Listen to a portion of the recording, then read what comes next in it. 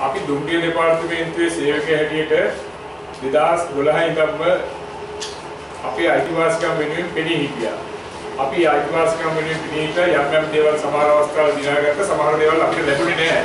නමුත් දැන් මේ අවස්ථාවේ ඇත්තටම අපි සටන් කරන්නේ අනාගතයේදී දෙපාර්තමේන්තුවට දෙන සේවකයෝ සහ දැනට දෙපාර්තමේන්තුවේ සේවකයෝ ඉල්ලන්නේ දුම්රිය ඉඩම් ටික පෞද්ගලික අංශයට පවරගෙන ඒවා ඉඩම් බැංකුවක් කරා විවිධ පුද්ගලයන්ට එහෙම නැත්නම් විතර විකුණන්න කටයුතු කරන්න බැරිකට විකුණුපත් සකස් කරලා තියෙනවා.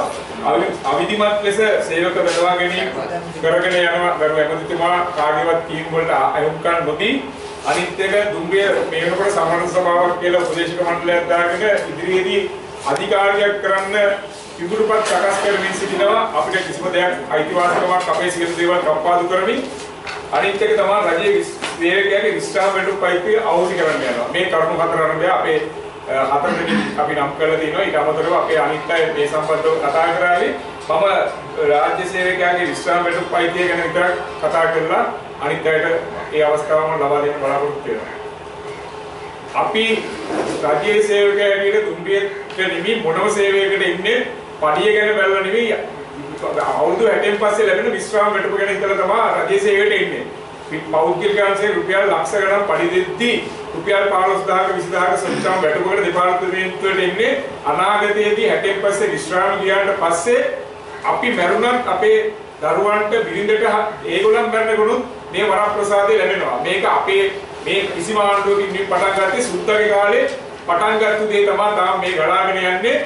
මේක නැවැත්තුවොත් රජයේ සේවයට බැඳෙන ආකර්ෂණීය තත්ත්වය සම්පූර්ණයෙන්ම නැතිව යනවා. ඒ විතරක් නෙමෙයි අපි දැන් මේ ගන්න වරප්‍රසාදයේ අපේ සේවයට බැඳෙන අයට නැතිව ගියාම කවදාරි ටික කාලයක් යනකොට කියයි දැන් අපේ කොට අඩු වෙලා විස්්‍රාම වැටුප් නැති කොට වැඩි වෙච්ච දාට අපේ ඉන්න අයගේ විස්්‍රාම වැටුප් අහෝසි කරනවා කියලා එතකොට අපිට මිනිස්සු සාප කරමින් අර කොට වැඩි වෙච්ච ගමන් විස්්‍රාම නැති කොටස අපිට සාප කරමින් ඕම් වැඩ කරනවා. අපිට මේක කවදාවත් දිනා ගන්න හම්බෙන්නේ නැහැ. අපි කියන්නේ අපිට මොන දේ තිබුණත් මේ විස්්‍රාම වැටුප කියන දේ රජයේ සේවකයාට තියෙන්න ඕනේ. ඒකෙන් තමයි මේ රජයේ සේවය දැනට හරි මෙහෙම යම්කිසි ගුණාත්මක භාවයකින් හරි පවත්වාගෙන යන්නේ. ඒක අපේ කමන WNOP කියලා දැනුත් කමනවා මාසෙකට රුපියල් 5000 4000 විතර සේවකයන්ගෙන් ඒ යන මුදල කොහෙටවත් යන්නේ නැහැ. දැන් දායක විස්්‍රාම වැටුපක් ගැන 2015 ඉඳන් කතා කරනවා. මේ අයත් ඒක මේ අය වෙනකොට ඒක ක්‍රියාත්මක කරලා නැතුව දැන් එක යෝජනා තව දානවා. අපිට ඒව ගැන සතපහක විශ්වාසයක් නැහැ. අපි කියන්නේ රජයේ සේවකයාගේ විස්්‍රාම වැටුප ගැන අපි ඔක්කොම රජයේ සේවකයෝ බලාපොරොත්තු වෙන්නේ ඉන්නේ විස්්‍රාම වැටුප කප්පාදුකට ලෑස්ති වෙන්න එපා. ඒක තමයි අපේ මේ ප්‍රධාන ඉල්ලීම. අපි මොන රජයේ බලයේ හිටියත් අපිට රජයේවල ප්‍රශ්නයක් නැහැ. අපි අපේ සේවකයන්ගේ ඉල්ලීම් වෙනුවෙන් සේවකයන්ගේ අයිතිවාසිකම් වෙනුවෙන් සේවකයන්ගේ විස්්‍රාම වැටුප වෙනුවෙන් අපිට මෙහි හිටින්න වෙනවා. පොදු අනිත් කාරණා සියල්ලටම වඩා පළවෙනි කාරණා හැටියට මම දකින්නේ විස්්‍රාම වැටුප. මේ වර්ධනය ආරම්භ කරන්න අනුර රාශියක් තියෙනවා. ඒකෙන් එකක් තමයි දුම්රිය සංවර්ධන සභාවක් හදලා තියෙනවා. ඒකම දුම්රිය සංවර්ධන සභාව රාජ්‍ය සේවක විසාවයට පයින් කිරීම දැනට අනුමත බඳවා ගැනීම පරිපාලනයට පරිබාහිරව ඇමතිතුමා යුතුමතේ බඳව ගන්නවා තම්පුර රාශියක්. මේ වගේ කටයුතු එක්ක තමයි අපි තීරණය කරේ මේ වැඩවලදී සංකේත වැඩවලදී නිරත වෙන්නේ. විශේෂයෙන් අපි පසුගිය 4 වෙනිදා ගරු ප්‍රවාණ අමාත්‍යතුමාත් සමග සාකච්ඡා කරා දුම්රිය මූලස්ථානයේ. දුම්රිය මූලස්ථාන සාකච්ඡාවේදී ප්‍රවාණ අමාත්‍යතුමා වෘත්ති සමිති සමග නම්‍යශීලීභාවයක් නැහැ. වෘත්ති සමිති සමග නම්‍යශීලීභාවයක් නැති ඇමතිවරයෙක් එක්ක තමයි අපිට මේ ගනුදෙනුව බේරගන්න වෙලා තියෙන්නේ. අපි කියන දේ ඇමතිතුමාට තේරෙන්නේ නැත්නම් ඒ වෙනත ඇමතිතුමා ඉතුමතේ නොතේරෙන විදිහට ඇසිරෙනවාද කියන එක අපිට ගැටලුවක්. ඇමතිතුමා වාඩි වෙච්ච වෙලාවේ ඉඳන් වෘත්ති සමිති නායකයොත් එක්ක ඉන්නේ ගේමට. අර වචනේ කියනවනේ ගේමට එන්නේ. ඉතින් අපි සූදානම් නැහැ. විශේෂයෙන් අපි දන්නවා මේ දුම්රිය දෙපාර්තමේන්තුවේ වෘත්ති සමිති කියන්නේ වරණගත වෘත්ති සමිති.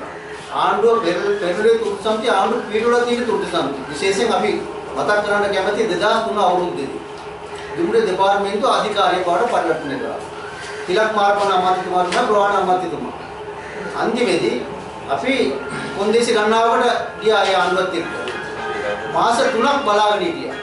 මාස 3ක් අවස්ථාව දුන්නා කිසිම දෙයක් නැහැ. අපිට පයින් ගාලා පස්සකට පයින් ගාලා එළවන තත්ත්වයටපත් වෙච්ච නිසා අපි සියලු මේ ඉන්න සියලු දෙනාම එදා දින 11ක අඛණ්ඩ වර්ජනයක් කරා. දින 11. එතකොට චන්ද්‍රිකා නෝන තමයි ජනාධිපති. මොකද කරේ? එතකොට UMP ආණ්ඩුව. මධ්‍යම රාත්‍රියේ 12ට විසුලා යන්නේ අපේ වැඩවර්ජනයත් එක්ක. එහෙම තමයි එදා අපි මේක වෙනස් කරගත්තේ. ඒ අධිකාරී කිරීම නැවත අපි දෙපාර්තමේන්තු බවට පරිවර්තනය කරගත්තේ අපේ මේ දුම්රිය සේවකයන්ගේ ශක්තිය නිසා. ඒ නිසා අපි මේ වෙනකොට දුම්රිය සංවර්ධන සභාව ආරා මොකද මේ කරන්න හදන්නේ? අනිවාර්යයෙන් මේ ඊගාවට එන්නේ මේ ඉලන් ටික දැන් පවරගෙන තියෙනවා. එන්නේ අධිකාරියක්. අධිකාරියක් පස්සේ මොකද වෙන්නේ? දුම්රිය දෙපාර්තමේන්තු පෞද්ගලිකකරණය. කවුරු හරි කියනවා නම් අපි දැක්ක මාධ්‍යවල කියනවා නෑ අපි මේක කරන්නේ නෑ. ඇමතිවරු කියනවා අපි මේ ඉඩම් ගත්තේ සංවර්ධන වලට. සංවර්ධන වලට ගන්නවා නම් ගන්න ඕන තරම් ඉඩම් තියෙනවා දුම්රිය දෙපාර්තමේන්තුවේ දැන් හරියට අපි පැහැදිලි කරනවා නම් ඒ දුම්රිය ඉඩම් සම්බන්ධව අපේ පොලිසිමාත්ම කතා කරයි මේ වෙනකොට අක්කර 25 අරන් ඉවරයි. අක්කර 25 අරන් ඉවරයි. ඉතින් සම්පූර්ණ ඉඩම් බැංකුවේ සම්පූර්ණ වර්ගනේ. කොහොම නමුත් මේ අධිකාරී කිරීමට ආරාධිත බව තමයි අපිට පේන්නේ. මේ වෙනකොට දුම්රිය සංවර්ධන සභාව පත් කරලා 5 දෙනෙක් කමිටුවක් පත් කරලා ප්‍රවාහන අමාත්‍යාංශයෙන් මේ වෙනකොට මේ කටයුතු කරමින් යන්නේ. එතකොට අපිට දැනගන්න ලැබිලා තියෙනවා සභාවේ තීරණයක් කරලා තියෙනවා දුම්රිය විරේචන පත්‍ර ගාස්තුව වැඩි කරන්න. ඊයේ පෙරදා ඒක දැක්ක පොත්පත් වලින්. ඉතින් අපි දකින්නේ නිතරම අපි සේවකයන්ට එක්ක ඉන්නේ මේ අවිධිමත් බඳවාගැනීම් පරිපාටිය අනුව මේ පරිපාටි බාහිර බඳවා ගැනීමට අපි දැඩි ලෙස විරුද්ධත්වය ප්‍රකාශ කරනවා. ඒකම දුම්රිය දෙපාර්තමේන්තුවට අපි ප්‍රවාහන ඇමතුමාට කියන්නේ අත තියන්න නම් එන්න එපා. අත තියන්න ඇවිල්ලා ආණ්ඩුව වෙනස් කරගන්නත් එන්නත් එපා. අපි මතක් කරන්නේ පරණ වැඩවර්ජනේ. අපිට ඒ තරම් ශක්තියක් තියෙනවා. මේ වෙනකොට උත්සවයේ 60කට ආසන සංඛ්‍යාවක් මේකට සහභාගී වෙලා තියෙනවා. දාවඩකාර සේවකයන්, දුම්රිය ස්ථානාධිපතිවරු, නියාමකවරු, දුම්රිය රියදුරන්ගේ කොටසක් ඉන්නවා අපිත් එක්ක. ඒකම කර්මාන්තශාලා සේවකයෝ, අංගනවල සේවකයෝ, සියලුම සේවකයෝ මෙතන ඒක රාශි වෙලා ඉන්නවා. ඇමතිතුමා එදා අපිට කිව්ව අතරින් තමයි මොකක්ද? වැඩවර්ජනය කරලා පුළුවන් නම් බලන්න කිව්වා බස් දාලා දුවන්න. හොඳයි මේ වැඩවර්ජනය පුළුවන් නම් ඇමතිතුමාට අපි අභියෝග කරනවා පුළුවන් බස් දාලා දුවන්නකො. බස් දාලා දුවන්න. ඇමතිතුමා මේක අපි අව탁සිරු කරනවා දුම්රිය ගමන් කරන්නේ 100ට පායි 10 සංඛ්‍යාව වශයෙන් කියන්නේ ඈලෝ ලක් කරන දුම්රිය සේවයක් නැත්තම් ප්‍රශ්නයක්වත් නැහැ. එතුමා මේ ඔය ඉඳන් ඇවිත් මේ කතා කරනවාද කියන එක අපේ ප්‍රශ්නයක්. එතුමා කියන්නේ මොකද්ද? අපිට බස් තියෙනවා. බස් දාලා දුවන්න අපිට කෝච්චිය එපා. මේ වගේ ටිකක් අව탁සිරු විදිහට තමයි එදා අතරින්ද අපිත් එක්ක කතා කරේ. ඒ නිසා අපි ඇමතිතුමාටත් අභියෝග කරනවා. පුළුවන් නම් මේ වැඩ වර්ජනෙත් එක්ක බස් දාලා දුවන්න කියලා.